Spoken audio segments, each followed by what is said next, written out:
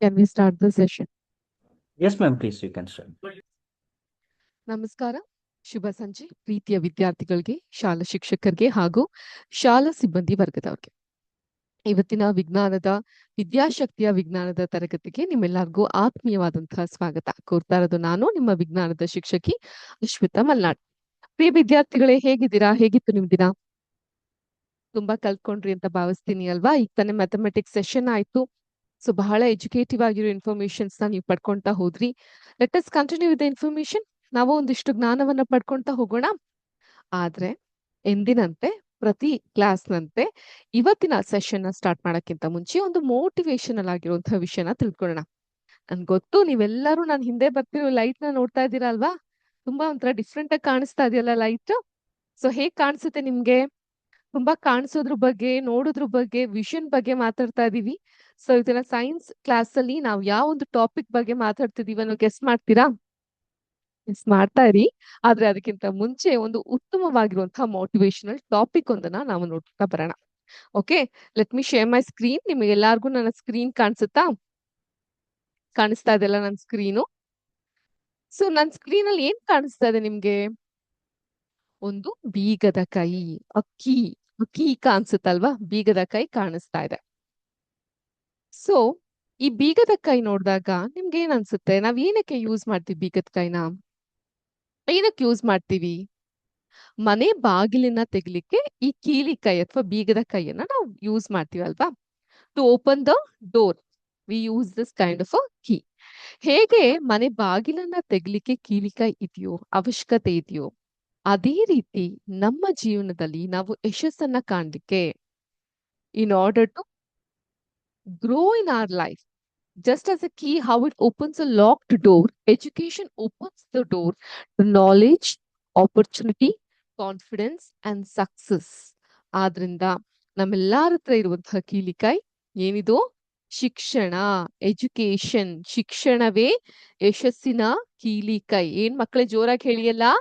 ಶಿಕ್ಷಣವೇ ಯಶಸ್ಸಿನ ಕೀಲಿಕೈ.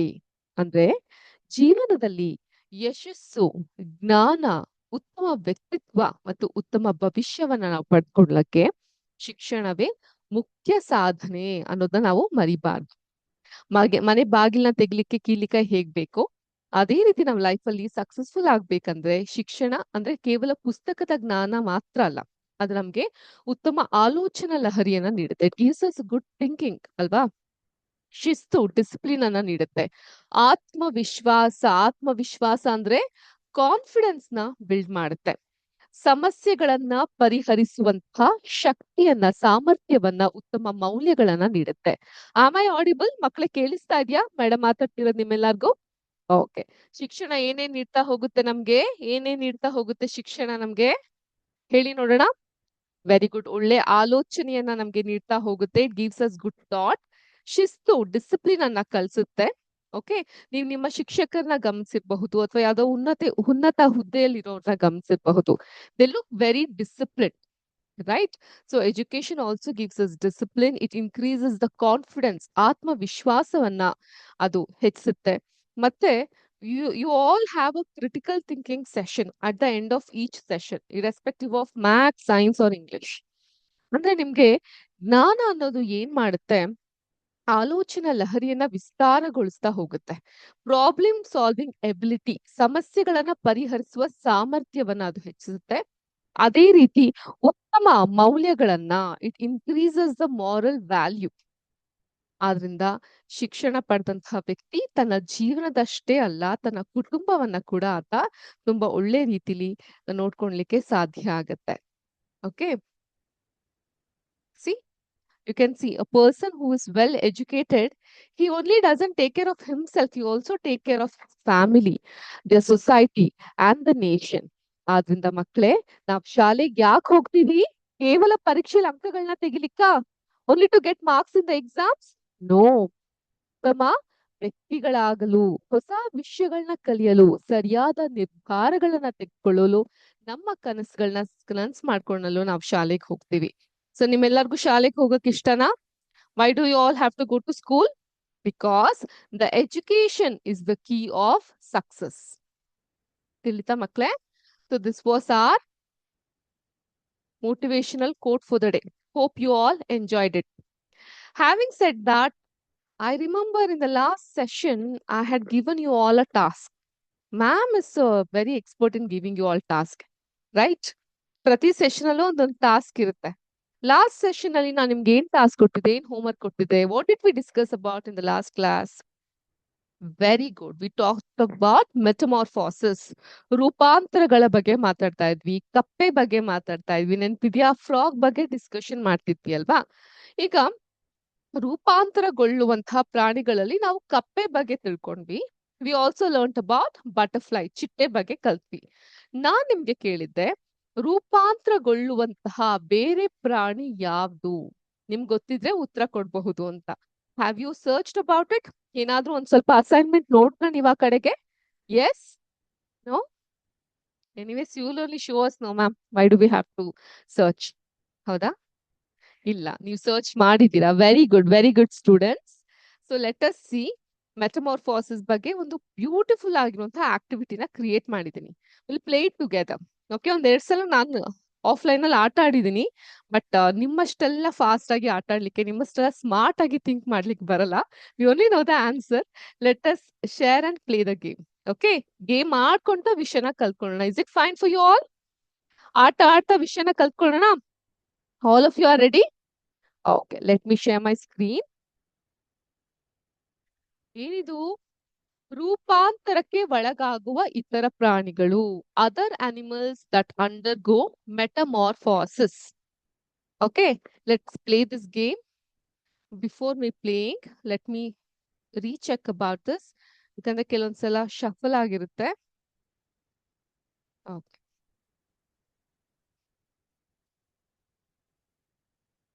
It's like, let's quickly play the game. We are underwater, level 1 ಅಲ್ಲಿ ಇದೀವಿ. There is a train here and one animal, ನಾವು ಅದು ಮೆಟಮಾರ್ಫಾಸಿಸ್ ಗೆ ಒಳಗಾಗೋದಂದ್ರೆ ತಟ್ಟೆ ಹುಳು ಅಂತ ಕರಿತೀವಿ. ಹೆಲಿಕಾಪ್ಟರ್ ಹುಳ ಅಂತ ಕರಿತೀವಿ, ಗೊತ್ತಾ? We call it as dragon fly in the English. So dragon fly ನ ಹಾಕ್ಬಿಡೋಣ. It's the right answer. ತಟ್ಟೆ ಹುಳು ಅಥವಾ dragon fly will undergo metamorphosis. Second ಅಲ್ಲಿ we again have ತಟ್ಟೆ ಹುಳು. ನಾವು ಇವಾಗ ನೀವು ಹುಡುಕಿ ಹೇಳ್ತೀರಾ ಎಲ್ಲಿದೆ ಅಂತ? Very good, it's here, but I could not pull it off. ಇಲ್ಲಿ ಬರ್ತಾ ಇದೆ, ಪುಲ್ ಮಾಡಿ ನೋಡೋಣ. ಎಸ್, ಇಕ್ಕಾಯ್ತು. ನೆಕ್ಸ್ಟ್ ಸೊಳ್ಳೆ. ಇಲ್ಲಿ ಯಾರೋ ವ್ಯಕ್ತಿ ಓಡ್ತಾ ಇದ್ದಾರೆ ನೋಡಿ. ಸೊಳ್ಳೆಗೆ ಇಂಗ್ಲಿಷ್ ಅಲ್ಲಿ ಏನಂತೀವಿ ನಾವು? Mosquito. Very good. Mosquito will also undergo metamorphosis. ಸೊಳ್ಳೆಗಳು ಕೂಡ ರೂಪಾಂತರಕ್ಕೆ ಒಳಗಾಗುತ್ತೆ. ಸೇಮ್ ಚಿಟ್ಟೆಗಳು, ಕಪ್ಪೆಗಳು ಯಾವ ರೀತಿ ಮೊಟ್ಟೆಯಿಂದ ಬೇರೆ ರೀತಿ ಪ್ರಾಣಿ ಆಗುತ್ತೋ ಅದೇ ರೀತಿ ಮತ್ತೊಂದು ಹೌಸ್ ಫ್ಲೈ. ತಟ್ಟೆ ಹುಳು ಬಂತು, ಮತ್ತೆ ಡ್ರ್ಯಾಗನ್ ಫ್ಲೈ ಹಾಕೋಣ. ಈ ಟ್ರೈನ್ ಕರೆಕ್ಟ್ ಆಗಿ ಒಳಗ್ ಹೋಗ್ಬೇಕು. ಗುಡ್. ನೊಣ ಅಂದ್ರೆ ಹೌಸ್ ಫ್ಲೈ. ಯಾರಿಗಿಷ್ಟ ನೊಣ? ಬೇಕರಿ ಪ್ರಾಡಕ್ಟ್ಸ್ ಎಲ್ಲ ತಿಂತೀರಾ? ಅದ್ರಲ್ಲಿ ಸಾಕಷ್ಟು ನೊಣಗಳಿರುತ್ತೆ. ನೊಣಗಳು, ಸೊಳ್ಳೆಗಳು, ಇವೆಲ್ಲದಲ್ಲೂ ಕೂಡ ರೂಪಾಂತರ, ಮೆಟಮಾರ್ಫಾಸಿಸ್ ಅನ್ನ ನಾವು ಕಾಣಬಹುದು. ಚೆನ್ನಾಗಿದೆ ಈ ಗೇಮು. ಸ್ವಲ್ಪ ಫಾಸ್ಟ್ ಆಗಿ ಹೋಯ್ತಲ್ಲ. ಆನ್ಸರ್ ನೋಡೋಣ. ಓಕೆ, ಕಾಣಿಸುತ್ತೆ ಆನ್ಸರ್ ನಿಮ್ಮೆಲ್ಲರಿಗೂ? ಮಸ್ಕಿಟೋ ಅಂದ್ರೆ ಸೊಳ್ಳೆ, ಹೌಸ್ ಫ್ಲೈ ಅಂದ್ರೆ ನೊಣ, ಡ್ರ್ಯಾಗನ್ ಫ್ಲೈ ಅಂದ್ರೆ ತಟ್ಟೆ ಹುಳು ಅಥವಾ ಹೆಲಿಕಾಪ್ಟರ್ ಹುಳ ಅಂತ ಕರಿತೀವಿ ನಾವು, ಹೌದಾ? ಮಾತ್ ಅಂದ್ರೆ ಪತಂಗ ಕೇಳಿದ್ದೀರಾ? ಫ್ರಾಗ್ ಅಂದ್ರೆ ಕಪ್ಪೆ. ಇವೆಲ್ಲವೂ ಕೂಡ ರೂಪಾಂತರಕ್ಕೆ ಒಳಗಾಗುವಂತಹ ಪ್ರಾಣಿಗಳು ಅಥವಾ ಕೀಟಗಳು. ಈಗ ಇವತ್ತಿನ ಟಾಸ್ಕ್ ನಿಮ್ಗೆ, okay, today's task. What is the difference between a moth and a butterfly? ಪತಂಗಕ್ಕೂ ಚಿಟ್ಟೆಗೂ ಇರುವಂತಹ ವ್ಯತ್ಯಾಸ ಏನು? Okay, I repeat once again. The insect that undergoes metamorphosis is mosquito or ಸೊಳ್ಳೆ, ಹೌಸ್ ಫ್ಲೈ ಅಥವಾ ನೊಣ, ಡ್ರ್ಯಾಗನ್ ಫ್ಲೈ ಅಥವಾ ತಟ್ಟೆ ಹುಳು, ಮಾತ್ ಆರ್ ಪತಂಗ, ಫ್ರಾಗ್ ಅಥವಾ ಕಪ್ಪೆ. ಈಗ ಇವತ್ತಿನ ಪ್ರಶ್ನೆ, question for the day or task for the day. What is the difference between a moth and a butterfly? ಪತಂಗಕ್ಕೂ ಚಿಟ್ಟೆಗೂ ಇರುವಂತಹ ವ್ಯತ್ಯಾಸ ಏನು? ತಿಳ್ಕೊಬಂತ ಹೇಳ್ತೀರಾ ನಂಗೆ ನೆಕ್ಸ್ಟ್ ಕ್ಲಾಸ್ ಅಲ್ಲಿ? Yes, okay. ಸುಮಾರಷ್ಟು ಆಕ್ಟಿವಿಟೀಸ್ ಆಯ್ತು, ಕತೆಗಳನ್ನ ಕೇಳಿದಾಯ್ತು. ಈಗ ನೆಕ್ಸ್ಟ್ ನಾಗ್ಲೇ ಹೇಳ್ದೆ ನನ್ನ ಬ್ಯಾಕ್ ಗ್ರೌಂಡ್ ಅಲ್ಲಿ ಫುಲ್ ಕಲರ್ ವಿಷನ್ಸ್ ಗಳನ್ನ ನೀವು ಕಾಣಬಹುದು ಅಂತ. ಇವತ್ ನಾನು ಯಾವ ವರ್ಣದ ಬಟ್ಟೆ ಹಾಕಿದೀನಿ? Which colour cloth am I wearing today? Black, maroon, brown. Okay. So generally you tell me, ನಮ್ಮ ಸ್ಕೈ ಕಲರ್ ಏನಿದೆ, what is this colour of our sky? Not this sky, in general ನಮ್ಮ ಸ್ಕೈ ಆಕಾಶದ ಬಣ್ಣ ಯಾವುದು? ಆಕಾಶ ನೀಲಿ, sky blue, isn't it? Okay. What is the color of water? Blue? It is colorless. Okay.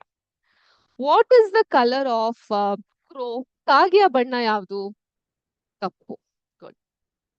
What is the color of a rose? ಎಷ್ಟೊಂದು colour ಅಲ್ಲಿ ಸಿಗುತ್ತೆ, but general ಆಗಿ red rose. ಈಗ ಇದೇ ಬಣ್ಣ red, blue, green, yellow, pink, magenta, burgundy colour, mehndi colour, ಇತರ different colours ಗಳನ್ನ ನಾವು ಐಡೆಂಟಿಫೈ ಮಾಡ್ತೀವಿ. Have you ever thought how can we identify that? ಯಾರಾದ್ರೂ ಯೋಚನೆ ಮಾಡಿದ್ರ ನಾವ್ ಹೇಗೆ ಬಣ್ಣಗಳನ್ನ ನೋಡ್ತೀವಿ ಅಂತ? ಏನ್ ಮೇಡಮ್ ಇದು ಕೇಳುವಂತ ಪ್ರಶ್ನೆ. ನಮ್ಮ ಕಣ್ಣುಗಳಿಂದ ನಾವು ಬಣ್ಣಗಳನ್ನ ನೋಡ್ತೀವಿ ಅಂತ ನೀವ್ ಹೇಳ್ಬಹುದು. ಇಲ್ಲಿ ಕಣ್ಣು ಪ್ರಮುಖವಾದಂತಹ ಪಾತ್ರವನ್ನ ವಹಿಸುತ್ತೆ.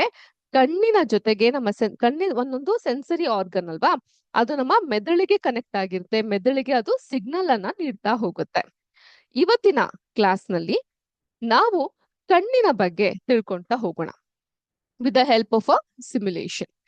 Before I move on to a simulation, now let us understand the anatomy of a I.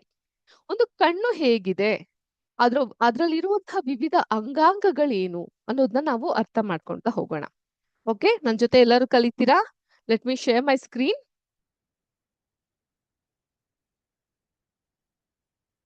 Just a minute.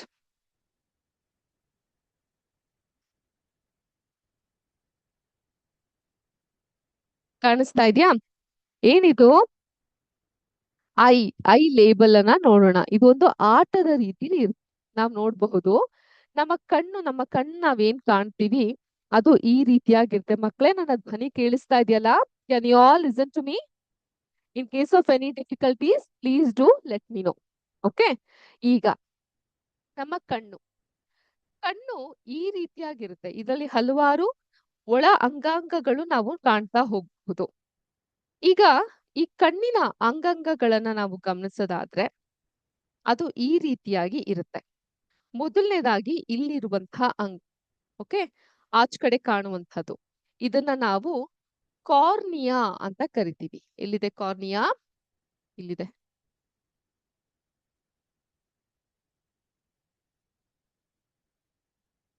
ಇದು ಕಣ್ಣಿನ ಪಾರದರ್ಶಕ ಪದರ. ಈ ಭಾಗವನ್ನ ನಾವು ಕಾರ್ನಿಯಾ ಅಂತ ಕರಿತೀವಿ. ಈ ಭಾಗ, ನಮ್ಮ ಕಣ್ಣಿನ ಭಾಗ, ಎಲ್ಲರಿಗೂ ಕಪ್ಪು ಕಣ್ಣುಗುಡ್ಡೆಗಳಿರುತ್ತೆ, ಕೆಲವ್ರಿಗೂ ನೀಲಿ ಕಣ್ಣುಗುಡ್ಡೆಗಳಿರುತ್ತೆ, ಕೆಲವ್ರಿಗೆ ಬೆಕ್ಕು ಹಸಿರಿನ ಕಣ್ಣುಗುಡ್ಡೆಗಳಿರುತ್ತೆ. ಐಶ್ವರ್ಯ ರೈ ನೋಡಿದ್ದೀರಾ? ಐಶ್ವರ್ಯ ರೈ ಬಹಳ ಸುಂದರವಾಗಿದಾರಲ್ಲ. ಅವ್ರ ಕಣ್ಣಿನ ಗುಡ್ಡೆ ಯಾವ ಬಣ್ಣದಲ್ಲಿರುತ್ತೆ? ಅಕ್ವೆಟಿಕ್ ಗ್ರೀನ್ ಕಲರ್ ಅಲ್ಲಿ ಇರುತ್ತೆ ಅಲ್ವಾ? So have you all seen Aishwarya Rai? Who is she? Very good. So ನಮ್ಮ ಕಣ್ಣಿನ ಬಣ್ಣವನ್ನ ಹೇಳೋದು ಇದು ಕಣ್ಣಿನ ಗುಡ್ಡೆಗಳು. ಈ ಕಡೆಯಾಗಿ ಇರುತ್ತೆ ಕಣ್ಣಿನ ಗುಡ್ಡೆಗಳು. ಅದನ್ನ ನಾವು ಪ್ಯೂಪಿಲ್ ಅಂತ ಕರಿತೀವಿ ಇಂಗ್ಲಿಷ್ ನಲ್ಲಿ. Okay, I have given the English words also. Kannada ಮತ್ತು ಇಂಗ್ಲಿಷ್ ವರ್ಡ್ಸ್ ಎರಡನ್ನ ಕೂಡ ನಾನು ನಿಮ್ಗೆ ನೀಡಿದ್ದೀನಿ. ಮತ್ತೆ ಈ ಭಾಗದಲ್ಲಿ ಏನ್ ಕಾಣಿಸ್ತಾ ಇದೆಯಲ್ಲ ನಿಮ್ಗೆ, ಈ ಭಾಗ ಸಾಮಾನ್ಯವಾಗಿ ಡಾಕ್ಟರ್ ಹತ್ರ ಐಸೈಟ್ ಪ್ರಾಬ್ಲಮ್ ಇದೆ ಅಂತ ಹೇಳಿದಾಗ ಅವ್ರು ನಮ್ಗೆ ಸ್ಪೆಕ್ಸ್ ಅನ್ನ ಕೊಡ್ತಾರೆ. ಆ ಸ್ಪೆಕ್ಸ್ ಅಲ್ಲಿ ಏನಿರುತ್ತೆ? ಲೆನ್ಸ್ ಇರುತ್ತೆ. ಬಟ್ ನ್ಯಾಚುರಲ್ ಆಗಿ ದೇವ್ರು ನಮ್ಗೆ ಲೆನ್ಸ್ ಕೊಟ್ಟಿರ್ತಾನೆ. ಇದನ್ನ ನಾವು ಮಸೂರಗಳು ಅಂತ ಕರಿತೀವಿ. ವಿ ಕಾಲ್ ಇಟ್ ಆಸ್ ಮಸೂರಗಳು ಅಥವಾ ಲೆನ್ಸ್. ಮತ್ತೆ ಈ ಭಾಗ, ನಮ್ಮ ಕಣ್ಣಿನ ಈ ಭಾಗ ಏನಿರುತ್ತೆ ಅದು ಬಹಳ ತೆಳುವಾಗಿರುತ್ತೆ. ಅದು ತುಂಬಾ ಗಾಜಿನಂತೆ ಇರುತ್ತೆ. So we call this part as vitreous. ಗಾಜಿನಂತಹ ಭಾಗ, ವಿಟ್ರಿಯಾಸ್ ಅಂತ ನಾವ್ ಅದನ್ನ ಕರಿತೀವಿ. ಓಕೆ ಮಕ್ಳೇ, ಅರ್ಥ ಆಗ್ತಾ ಇದ್ದೀರಲ್ಲ? ನನ್ ಜೊತೆಗೆ ನೀವೆಲ್ಲ ಇದ್ದೀರಲ್ಲ? ಅಥವಾ ಮ್ಯಾಮ್ ಒಬ್ಳೆ ಮಾತಾಡ್ತಾ ಇದೀನಾ? ಇಲ್ಲ. ನಮ್ಮ ಕಣ್ಣಿನ ಒಳ ಬಣ್ಣ ಯಾವ್ದು ಮಕ್ಳೇ? ಶ್ವೇತ ಅಂದ್ರೆ ಹೆಸರು ಮೇಡಮ್. ಶ್ವೇತ ಅಂದ್ರೆ ಬಿಳಿ ಅಂತ ಅರ್ಥ. ಶ್ವೇತ ಪಟಲ ಅಥವಾ ಅದನ್ನ ಸ್ಕ್ಲಿರಾ ಅಂತ ಕರಿತೀವಿ ನಾವಿಲ್ಲಿ. ಈ ಭಾಗ ಸ್ಕ್ಲಿರಾ ಅಂತ ಆಗಿರುತ್ತೆ. ನೆಕ್ಸ್ಟ್ ನಮ್ಗೆ ಒಂದು ನರ ದೃಷ್ಟಿಯಾಗೆ ಕನೆಕ್ಟ್ ಆಗೋದು, ನಮ್ಮ ಮೆದುಳಿಗೆ ಕನೆಕ್ಟ್ ಆಗಿರುವಂತಹ ಒಂದು ನರ ನಮ್ಮ ಕಣ್ಣಿನಲ್ಲಿರುತ್ತೆ. We call it as optic nerve or ದೃಷ್ಟಿ ನರ ಅಂತ ನಾವು ಅದನ್ನ ಕರಿತೀವಿ. ಓಕೆ, ಎಸ್,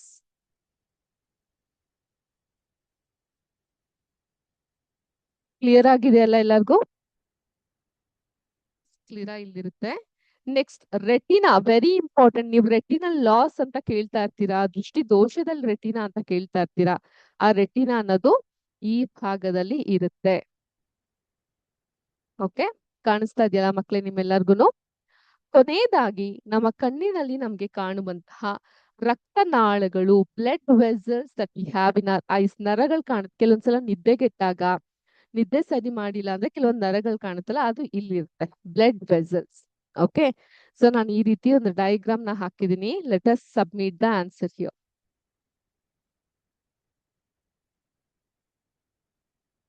ಓಕೆ,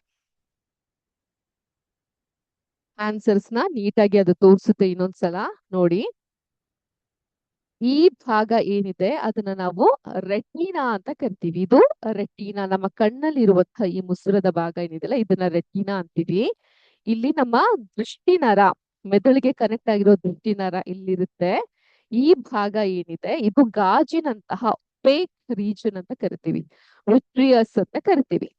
ಓಕೆ, ಕೆಲವ್ರಿಗೆ ಕಣ್ಣಿನಲ್ಲಿ ಪೊರೆ ಆಗಿರುತ್ತೆ. ಮನೇಲಿ ಯಾರಾದ್ರೂ ವೃದ್ಧರು, ವಯಸ್ಸಾಗಿರೋರು ಇದ್ರೆ ಕಣ್ಣಿನಲ್ಲಿ ಪೊರೆ ಆಗಿರುತ್ತೆ. They say they have a vitreous lines on their eye. ಅದನ್ನ ಹೋಗ್ಬಿಟ್ಟು ಆ ಪೊರೆನ ತೆಗೆಸ್ಕೊಂಡ್ ಬರ್ತಾರೆ ಅಲ್ವಾ, ಇದ್ರ ಮೇಲೆ ಪೊರೆ ಇರುತ್ತೆ. ಮತ್ತೆ ಯಾರಿಗಾದ್ರೂ ದೃಷ್ಟಿ ದೋಷ ಇದ್ರೆ ಈ ಮಸೂರಗಳನ್ನ ಕೊಡ್ತಾರೆ, ಲೆನ್ಸ್ ಗಳನ್ನ ಕೊಡ್ತಾರೆ, ಸ್ಪೆಕ್ಸ್ ಅಥವಾ ಲೆನ್ಸ್ ಕೊಡ್ತಾರೆ. ಅದು ಈ ಭಾಗದಲ್ಲಿ ನ್ಯಾಚುರಲ್ ಆಗಿ ನಮ್ಗೆ ಲೆನ್ಸ್ ಇರ್ತದೆ, ದೃಷ್ಟಿ ದೋಷ ಇಲ್ಲೇ ಬರುವಂತದ್ದು. ಹಾಗೇನೆ ಇದು ಕಣ್ಣು ಗುಡ್ಡೆಗಳು, ಪ್ಯೂಪಿಲ್. ಅದೇ ರೀತಿ ಇಲ್ಲಿ ರಕ್ತನಾಳಗಳು ಇರುತ್ತೆ. ಈ ಭಾಗ ಪೂರ್ತಿ ರಕ್ತನಾಳಗಳನ್ನ ಕಾಣಬಹುದು. ಹಾಗೆ ಈ ಭಾಗವನ್ನ ಸ್ಕ್ಲೆರಾ ಅಥವಾ ಶ್ವೇತಪಟಲ ಅಂತ ಕರಿತೀವಿ. ಅಂಡ್ ಇದು ಕಾರ್ನಿಯಾ ಅಥವಾ ಕಣ್ಣಿನ ಪಾರದರ್ಶಕವಾದಂತಹ ಭಾಗ. ಈ ಭಾಗ ಮುಂದೆ ಕಾಣಿಸ್ತಾ ಇದೆಯಲ್ಲ, ಇದು ಕಣ್ಣಿನ ಪಾರದರ್ಶಕವಾದಂತಹ ಭಾಗ. Clear with this? ಈಗ ನೀವು ನನ್ನೊಟ್ಟಿಗೆ ಹೇಳ್ತೀರಾ ಯಾವ್ಯಾವ ಭಾಗಗಳ ಕಣ್ಣಲ್ಲಿ ನಾವು ಕಾಣಬಹುದು? ದೃಷ್ಟಿನರ, ದೃಷ್ಟಿನರ, ಜೋರಾಗಿ ಹೇಳಿ, ದೃಷ್ಟಿನರ, ರೆಟಿನಾ, ಗಾಜಿನಂತಹ ಅಥವಾ ವಿಟ್ರಿಯಸ್ ಗ್ಲಾಸ್, ಲೆನ್ಸ್ ಅಥವಾ ಮಸೂರಗಳು, ರಕ್ತನಾಳ, ಬ್ಲಡ್ ವೆಸಲ್ಸ್, ಪುಪಿಲ್, ಕಣ್ಣಿನ ಗುಡ್ಡೆ, ಸ್ಕ್ಲೆರಾ ಅಥವಾ ಶ್ವೇತಪಟಲ, ಕಾರ್ನಿಯಾ ಅಥವಾ ಕಣ್ಣಿನ ಪಾರದರ್ಶಕ ಪದರ. Clear with this? ಓಕೆ, ಇದು ನಮ್ಮ ಕಣ್ಣಿಗೆ ಸಂಬಂಧಪಟ್ಟಂತಹ ಒಂದಿಷ್ಟು ಮಾಹಿತಿ ಅಥವಾ ವಿಷಯ ಆಗಿದೆ. ಯಾತಕ್ಕೆ ಮೇಡಮ್ ನಾವ್ ಇದನ್ನ ಕಲಿಬೇಕು, ಇದರಿಂದ ನಮ್ಗಾಗುವಂತಹ ಉಪಯುಕ್ತತೆ ಏನು ಅಂತ ನೀವ್ ಕೇಳೋದಾದ್ರೆ, ಒಂದು ಬಹಳ ಸುಂದರವಾಗಿರುವಂತಹ ಸಿಮ್ಯುಲೇಷನ್ ಅನ್ನ ನಾವು ನೋಡೋಣ. ಬಹುಶಃ ಈಗ ಸಮಯದ ಅಭಾವ ಇರೋದ್ರಿಂದ ಈಗ ನೋಡ್ಲಿಕ್ಕೆ ಆಗದೆ ಇದ್ರು ಕೂಡ ನೆಕ್ಸ್ಟ್ ಕ್ಲಾಸ್ ನಲ್ಲಿ ಖಂಡಿತವಾಗ್ಲೂ ನಾವ್ ಇದ್ರ ಬಗ್ಗೆ ತಿಳ್ಕೊಬಹುದು. ಸಿಮ್ಯುಲೇಷನ್ ಈ ರೀತಿಯಾಗಿರುತ್ತೆ.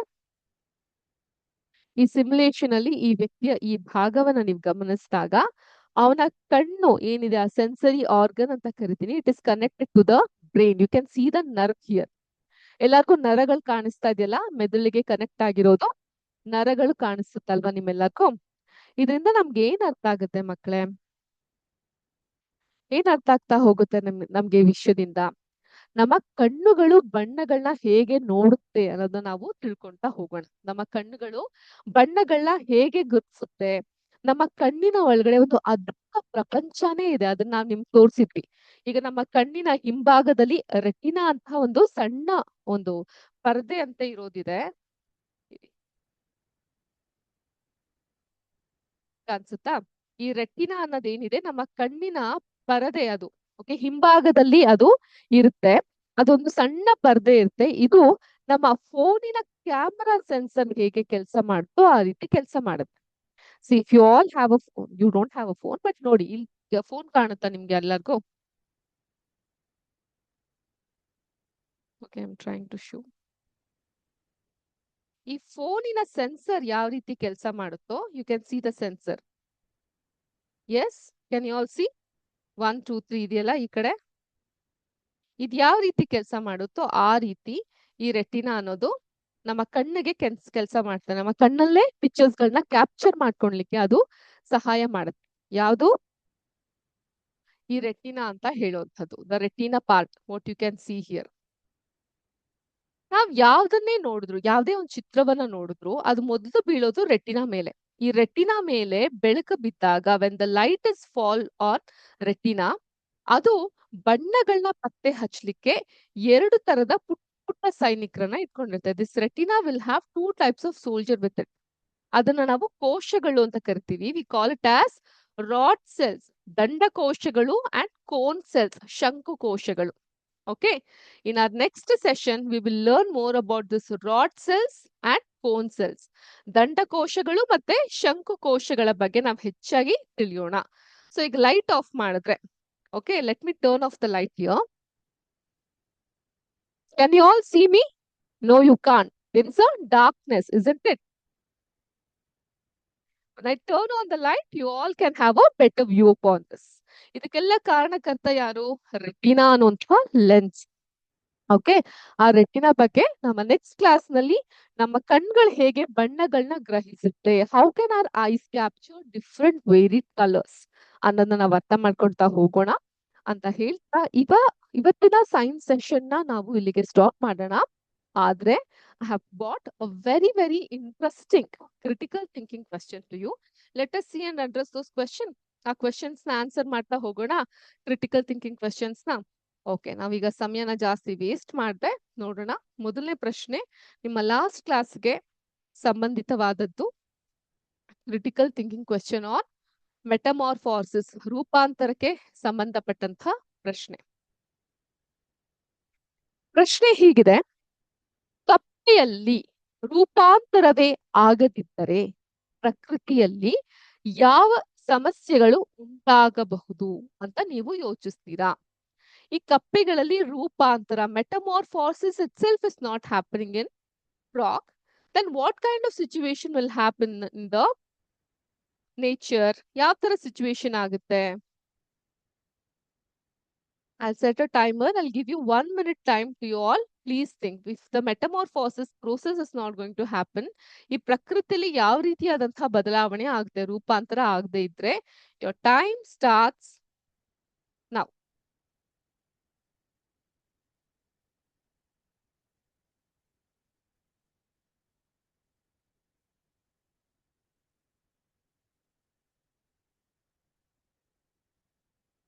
Think ಮಾಡಿ, time ಓಡ್ತಾ ಇದೆ. Give it a try. If metamorphosis doesn't happen in the nature, what happens? ಕಪ್ಪೆಯಲ್ಲಿ ರೂಪಾಂತರವೇ ಆಗದೆ ಇದ್ರೆ ಪ್ರಕೃತಿಯಲ್ಲಿ ಯಾವ ಸಮಸ್ಯೆ ಉಂಟಾಗಬಹುದು ಅಂತ ನೀವು ಯೋಚಿಸ್ತೀರಾ?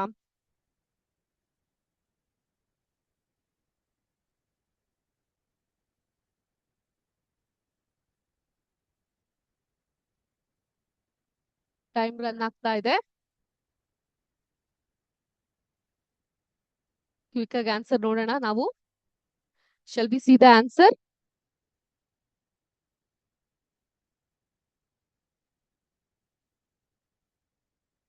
Time up.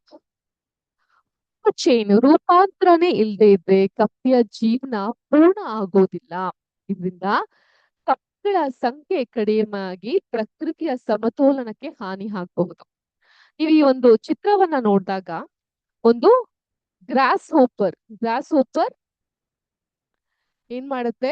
ಗಿಡಗಳ ಮೇಲೆ ತನ್ನ ಆಹಾರವನ್ನ ಅದು ತಿನ್ನುತ್ತೆ, ಮಿಡತೆ. ಗ್ರಾಸ್ ಹೋಪರ್ ಅಂದ್ರೆ ಏನ್ ಮಕ್ಳೇ? ಮಿಡತೆ.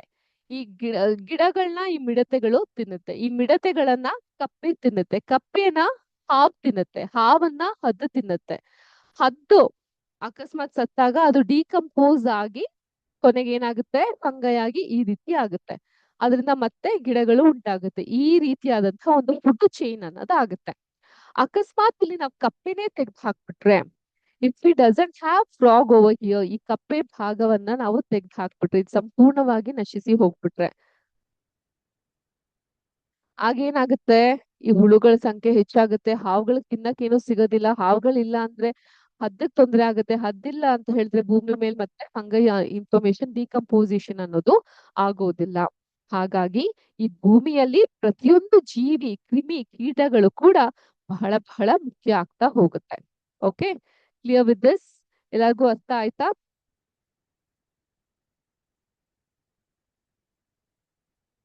ಓಕೆ, ಸೊ ಅದರಿಂದ ಫ್ರಾಗ್ ಅಥವಾ ಕಪ್ಪೆಗಳು ನಮ್ಗೆ ನಮ್ಮ ಒಂದು ಫುಡ್ ಚೈನ್ ನ ಕಂಪ್ಲೀಟ್ ಮಾಡಕ್ಕೆ ಬಹಳ ಅವಶ್ಯಕ ಇರುತ್ತೆ.